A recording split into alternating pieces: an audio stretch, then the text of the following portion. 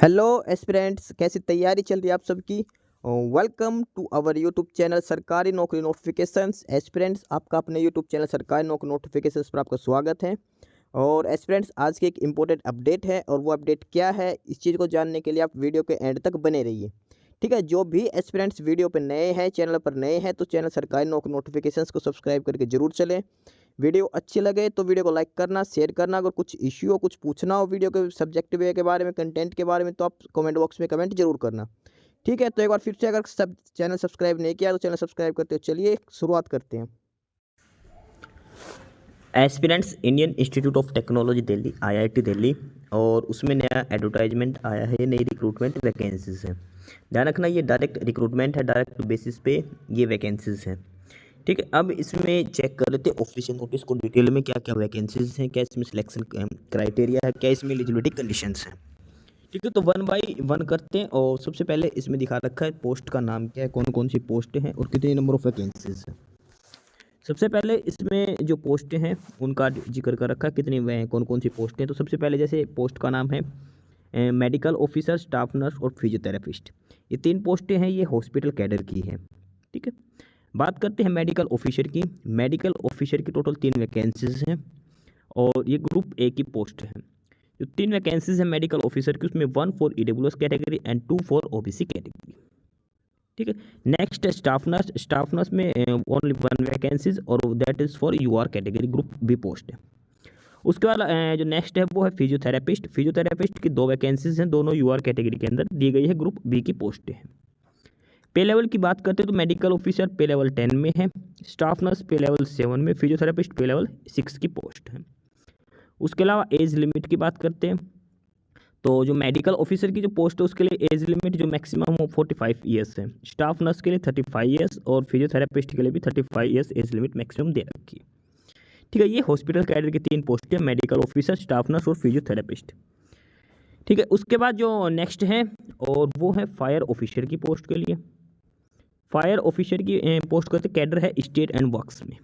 एक वैकेंसी है fire officer की, UR कैटेगरी के अंदर दी गई, ग्रुप बी की पोस्ट है फायर ऑफिसर की। पे लेवल की बात करते हैं, पे लेवल 6 में है और जो मैक्सिमम एज लिमिट की बात करते हैं फायर ऑफिसर का 35 ईयर्स मैक्सिमम एज लिमिट है फायर ऑफिसर के लिए। उसके बाद जो नेक्स्ट पोस्ट है 5 और 6 नंबर, वो है सिस्टम एनालिस्ट और एप्लीकेशन एनालिस्ट, और ये है CSC कोर में। सिस्टम एनालिस्ट की बात करते हैं, 2 वैकेंसीज हैं, दोनों UR कैटेगरी के अंदर दी गई है और सिस्टम एनालिस्ट ग्रुप बी की पोस्ट है, पे लेवल 8 में है। एज लिमिट की बात करते हैं तो सिस्टम एनालिस्ट के लिए मैक्सिमम एज है वो 40 ईयर्स दे रखी है। ठीक है, उसके बाद अगली जो पोस्ट वो एप्लीकेशन एनालिस्ट की है। इसमें टोटल 5 वैकेंसीज है, 5 में से 2 for UR category, 1 for SC category and 2 for OBC category. Application analyst group B post है, पे लेवल 6 में है, maximum age limit is 35 years for application analyst. उसके बाद जो नेक्स्ट 7 नंबर पे वो है assistant sports officer. Assistant sports officer कौन से कैटेगरी में है, स्पोर्ट्स एडमिनिस्ट्रेशन में। एक वैकेंसी है वो UR कैटेगरी के अंदर दी गई है, ग्रुप बी की पोस्ट है, इसमें पे लेवल 6 में है और इसमें जो मैक्सिमम एज लिमिट है वो है 35 ईयर्स असिस्टेंट स्पोर्ट्स ऑफिसर के लिए। और उसके बाद जो नेक्स्ट है वो है जूनियर काउंसलर। जूनियर काउंसलर और एक काउंसलिंग कैडर से हैं, 3 वैकेंसीज है, तीनों UR कैटेगरी के अंदर दी गई है, ग्रुप बी की पोस्ट है, पे लेवल 6 में, maximum age limit is 35 years junior counsellor. उसके बाद बात करते हैं पोस्ट कोड नंबर 9 एंड 10 और ये है ETSC कैडर से। ETSC कैडर में जो पोस्टें हैं वो है असिस्टेंट प्रोग्राम कोऑर्डिनेटर और प्रोडक्शन असिस्टेंट।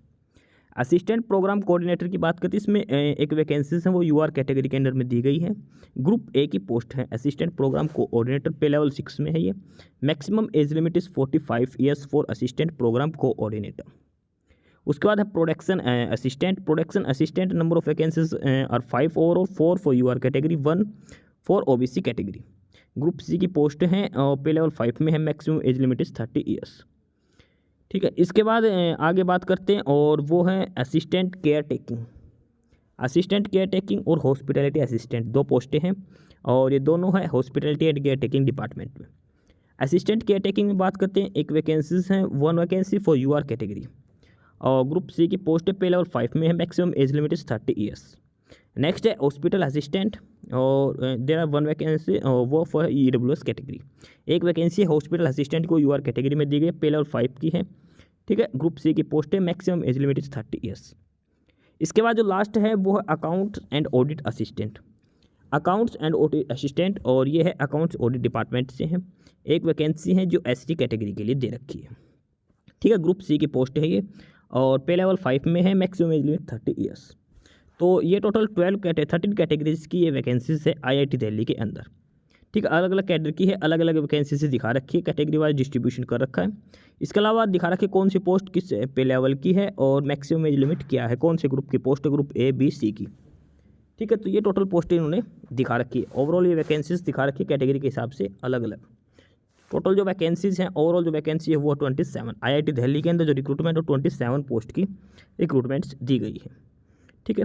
अब जो ऑफिशियल साइट से जो जहाँ से आप RTI की वेबसाइट भी दे रखी है इन्होंने, और RTI की वेबसाइट है rti.iitd.ac.in, ठीक है। अब बात करते हैं मिनिमम एजुकेशन क्वालिफिकेशंस की और कितना एक्सपीरियंस इसमें चाहिए। Prescribes minimum education qualification along with experience for the above posts. और सबसे पहले बात करते हैं पोस्ट है मेडिकल ऑफिसर के लिए। मेडिकल ऑफिसर, इसमें एसेंशियल एजुकेशन क्वालिफिकेशन की बात करते हैं तो रिकॉग्नाइज्ड MBBS डिग्री आपके पास होनी चाहिए, ठीक है। MBBS की डिग्री सिंपल इसमें मांग रखी है, और उसके बाद इंटर्नशिप होनी चाहिए with at least 3 years of experience in a recognised hospital, ठीक है। आपके पास MBBS की डिग्री होनी चाहिए, कंप्लीट इंटर्नशिप होनी चाहिए, उसके अलावा 3 साल का आपके पास एक्सपीरियंस भी होना चाहिए मेडिकल ऑफिसर की पोस्ट के लिए। उसके बाद डिज़ायरेबल में जो दे रखी है 3 years work experience in medical college और large government recognised private hospital. इसके अलावा MD और MS in appropriate branch of medicine और diploma in the concern speciality. और इसके अलावा the above qualification diploma MD MS में preferably in medicine, chest disease, paediatrist, ओबिस्ट, ये गायनकोलॉजिस्ट, ये सारी डिटेल्स इसमें दे रखी है। तो ये है एसेंशियल क्वालिफिकेशन और डिज़ायरेबल क्वालिफिकेशन है मेडिकल ऑफिसर की पोस्ट के लिए, ठीक है। जो सबसे पहली पोस्ट है मेडिकल ऑफिसर की। उसके बाद जो नेक्स्ट जो पोस्ट है वो है स्टाफ नर्स की। स्टाफ नर्स की पोस्ट की हम बात करते हैं, इसमें एसेंशियल क्वालिफिकेशन में सबसे पहले BSc ऑनर्स नर्सिंग से या फिर BSc नर्सिंग से आपके पास हो सकती है, और अगर आपके पास ये नहीं तो आपके पास BSc पोस्ट सर्टिफिकेट या फिर पोस्ट बेसिक BSc नर्सिंग आपके पास हो तो भी आप अप्लाई कर सकते हो। इन दोनों के अलावा आपको एक रजिस्टर्ड होना चाहिए एज नर्सिंग और मिडवाइफ इन स्टेट और इंडियन नर्सिंग काउंसिल में, ये एक क्वालिफिकेशन दे रखी है।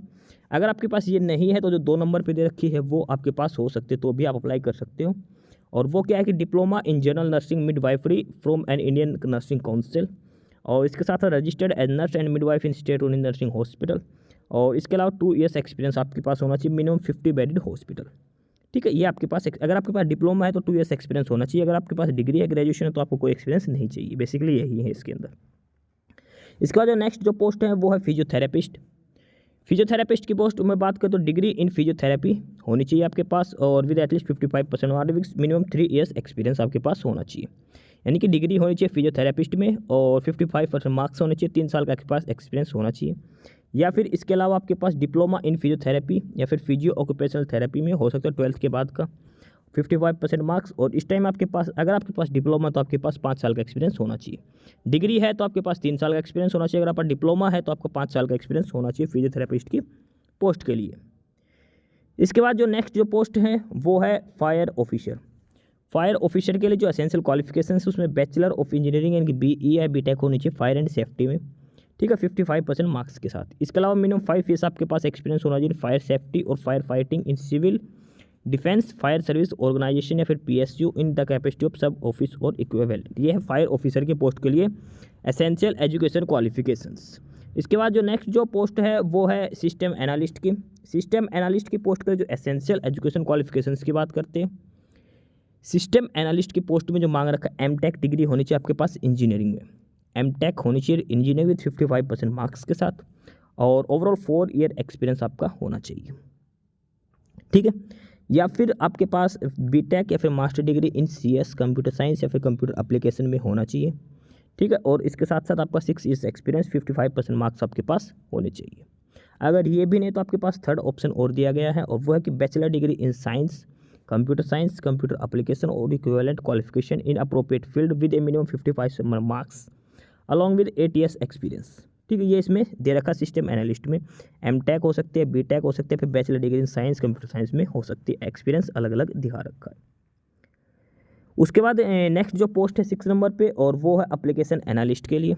एप्लीकेशन एनालिस्ट की बात करें, इसमें master degree in science, computer applications, या फिर बीटेक हो सकती है इक्विवेलेंट क्वालिफिकेशंस के साथ। 55% मार्क्स आपके पास हो सकते हैं और 3 ईयर्स आपके पास एक्सपीरियंस होना चाहिए। एप्लीकेशन एनालिस्ट की पोस्ट के लिए 55% मार्क्स के साथ 3 years experience is mandatory.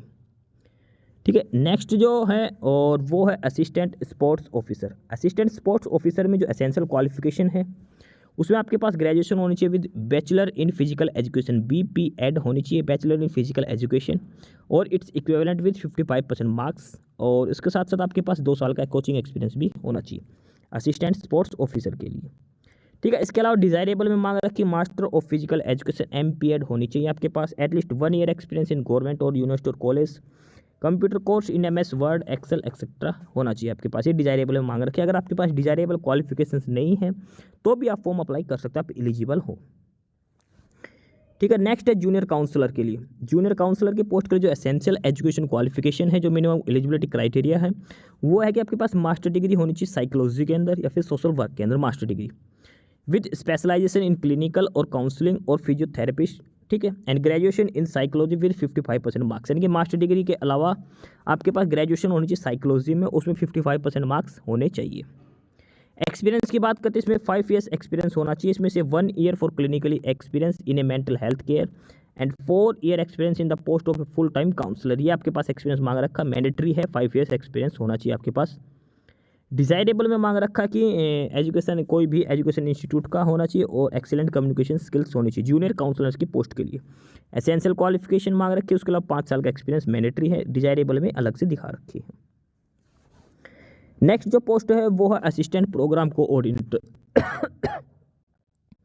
Assistant programme coordinator की पोस्ट के लिए जो एसेंशियल एजुकेशन क्वालिफिकेशन है वो मांग रखा है कि एमटेक होनी चाहिए 55% मार्क्स के साथ और with 5 years experience. MTech with 55% marks along with 5 years experience, या फिर आपके पास MCA, MSc या बीटेक हो सकते 55% मार्क्स के साथ और with 7 years relevant experience. Assistant programme coordinator master degree है तो 5 ईयर्स एक्सपीरियंस, बैचलर है यानी कि बीटेक है या फिर MCA MSc है तो आपके पास 7 साल का एक्सपीरियंस होना चाहिए, 7 ईयर्स एक्सपीरियंस होना चाहिए।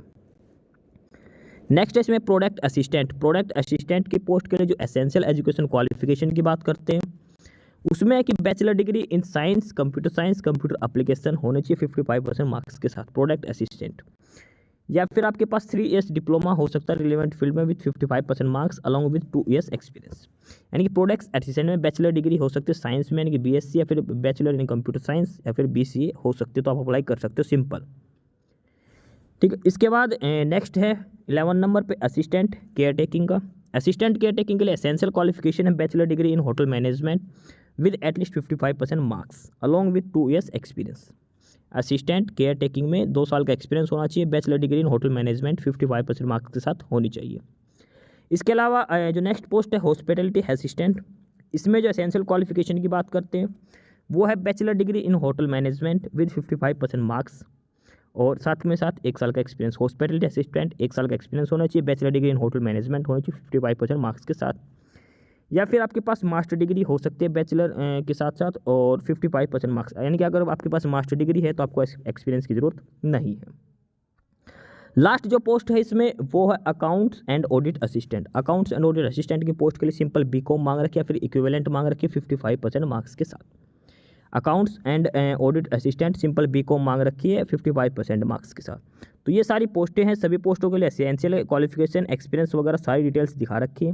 जो 13 कैटेगरी की जो पोस्टें, सभी पोस्टों की डिटेल्स इसमें दिखा रखी है, किस पोस्ट के लिए क्या एक्सपीरियंस होना चाहिए, क्या एलिजिबिलिटी क्राइटेरिया होना चाहिए।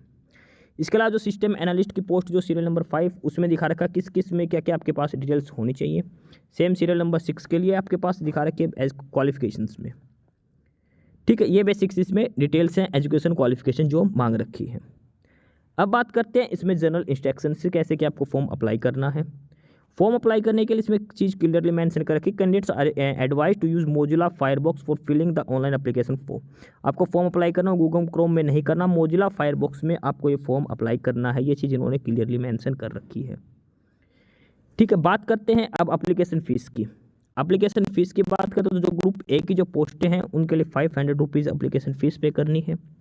जो ग्रुप बी की पोस्टें हैं और ग्रुप सी की हैं उनके लिए 200 रुपीज़ एप्लीकेशन फ़ीस पे करनी है, ये ध्यान रखना। ग्रुप ए की जो पोस्टें हैं उसमें 500 रुपीज़ फ़ीस पे करनी है और ग्रुप बी और सी के हैं उनके लिए 200 रुपीज़ एप्लीकेशन फ़ीस आपको पे करनी है। फ़ीस आपको ऑनलाइन मोड में ही पे करनी है, पहले आपको एप्लीकेशन फ़ीस पे करनी है तभी आपका एप्लीकेशन फॉर्म फिलअप किया माना जाएगा। ठीक है, ये इसमें बेसिक सी डिटेल दे रखी है एप्लीकेशन फ़ीस के रिगार्डिंग। बाकी ये एलिजिबिलिटी क्राइटेरिया डिटेल्स लिख रखी है, जो भी क्वालिफिकेशंस वो आपके पास होनी चाहिए, सारा डाटा क्लियरली मेंशन करना चाहिए और उसके अलावा कोई भी डिटेल्स अगर आप गलत फिलअप करते हो तो उसके लिए कैंडिडेट स्वयं रिस्पॉन्सिबल होगा। ठीक है, उसके बाद है कि जो भी कैंडिडेट फॉर्म फिलअप करोगे तो आपको CBT मोड में आपका टेस्ट लिया जाएगा, कंप्यूटर बेस्ड टेस्ट आपका प्रीलिमिनरी स्क्रूटनी के लिए लिया जाएगा। उसके बाद सिलेक्टेड कैंडिडेट्स को अलग अलग स्टेज पे ऑनलाइन या ऑफलाइन मोड में सिलेक्ट किया जाएगा, एक्सपीरियंस के बेसिस पे उनको बाद में शॉर्टलिस्ट किया जाएगा अलग से फाइनल सिलेक्शन के लिए।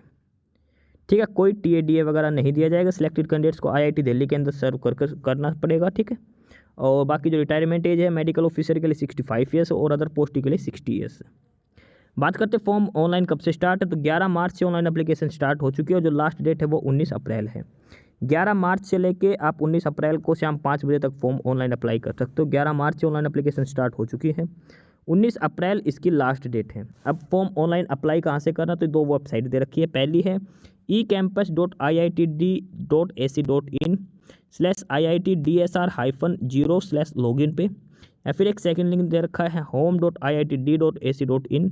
इसमें आपको जॉब्स पे जाना है, उसके बाद इंडेक्स पे जाके 2 लिंक दे रखे हैं जहाँ से जाके आप ऑनलाइन अप्लाई कर सकते हो। ये ऑनलाइन अप्लाई करने के लिंक्स दे रखे हैं जहाँ से जाके आपको फॉर्म ऑनलाइन अप्लाई करना है, बाकी सारी डिटेल्स आपको फिलअप करनी है। इसके अलावा एक चीज़ और लिख रखी है, जो भी ऑलरेडी गवर्नमेंट है, सेमी गवर्नमेंट है, PSU में काम कर रहे हैं उनको अपने थ्रू प्रोफाइल चैनल आपको 10 दिन के अंदर आपको फॉर्म सेंड करने हैं ऑफलाइन मोड में। ठीक है, ये सिर्फ उनके लिए है जो ऑलरेडी वर्किंग है, उनको अपना फॉर्म फिलअप करके उसको थ्रू प्रोफाइल चैनल में अपने डिपार्टमेंट के थ्रू आपको सेंड करना है और उसके बाद आपको ये कॉपी भेजनी है एड्रेस पे, the recruitment cell, room number 207/C7, adjoining to deputy director office IIT Delhi, Hauz Khas, new Delhi, और ये पिन कोड है। ठीक है, उसके अलावा जो व्हाइट एनवलप के ऊपर एड्रेस लिखना है उस पर लिख रहा है application for the post of, जिस पोस्ट के लिए आप अपना अप्लाई किया है, against advertisement number this dated this. ये सारी डिटेल्स आपको फॉर्म प्रिंट आउट निकाल के उसके साथ डॉक्यूमेंट्स लगा के एनवलप में डाल के उसमें सारा भेजना है। एड्रेस है ये हौज खास वाला, ये ऊपर एड्रेस दे रखा है, उससे सबसे पहले ऊपर लिखना application for the post of, जिस पोस्ट के लिए आपने अप्लाई किया है वो नाम लिखना है। ये स्पेशल उनके लिए है जो ऑलरेडी वर्किंग कैंडिडेट्स हैं, उनको अपने डिपार्टमेंट से NOC वगैरह भी लेके आनी पड़ेगी। ठीक है, और उसके बाद आपको सारे डॉक्यूमेंट्स की जो 10th 12th है, जो भी ग्रेजुएशन एक्सपीरियंस है, सभी की आपको एक सिंगल PDF फाइल बना के आपको अपलोड करनी है। ठीक है, ये सारी डिटेल्स इसमें लिख रखनी है, बाकी जो भी डिटेल्स हैं इसमें क्लियरली मेंशन कर रखी है, सारी डिटेल्स आपको प्रोवाइड करवा दी जाएंगी आपको एप्लीकेशन फॉर्म में फिलअप करते टाइम। ठीक है, ये अलग अलग मेल ID इन्होंने दे रखी है। अगर कोई आपको प्रॉब्लम होती है फॉर्म फिलअप करने के लिए तो recruitment@admin.iitd.ac.in पे आप मेल कर सकते हो। इसके अलावा RTI.iitdc.ac.in भी एक इनकी साइट दे रखी है। ठीक है, ये सारी बेसिक्स इसमें डिटेल्स दे रखी है।